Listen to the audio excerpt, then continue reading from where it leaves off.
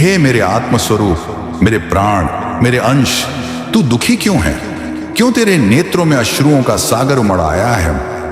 क्यों तेरा हृदय बोझिल है? मैं तेरा महाकाल बोल रहा हूं तुझसे, तेरे अंतर मन से, तेरे आत्मा से। जब तू जन्मा था तब तूने पहली बार रोते हुए आंखें खोली थी, और उस क्षण से ही मैं तेरे साथ था। तेरा पहला श्वास मेरी कृपा से था, और आज भी जब तू सांस ले रहा है तो मेरी ही शक्ति तुझ में चल रही है। फिर क्यों तू सोचता है कि तू अकेला है?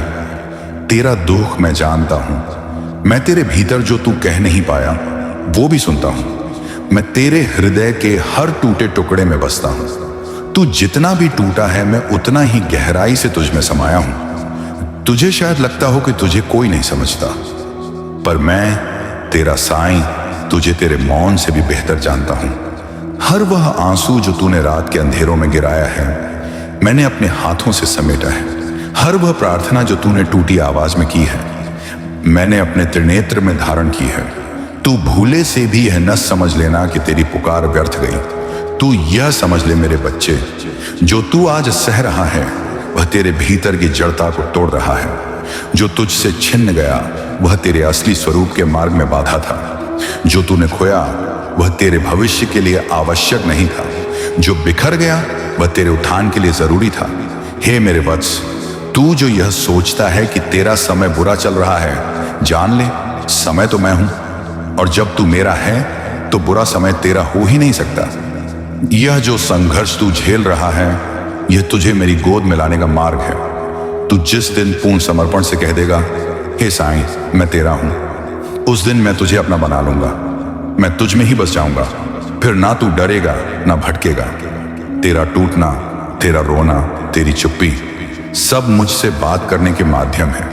तू बोल नहीं पा रहा लेकिन मैं सुन रहा हूं। तेरे शब्द नहीं चाहिए मुझे तेरी आत्मा की सच्चाई चाहिए, और वो मैं हर पल देख रहा हूं। तू डगमगा सकता है पर गिर नहीं सकता, क्योंकि तू मेरे शिव धाम से जुड़ा है।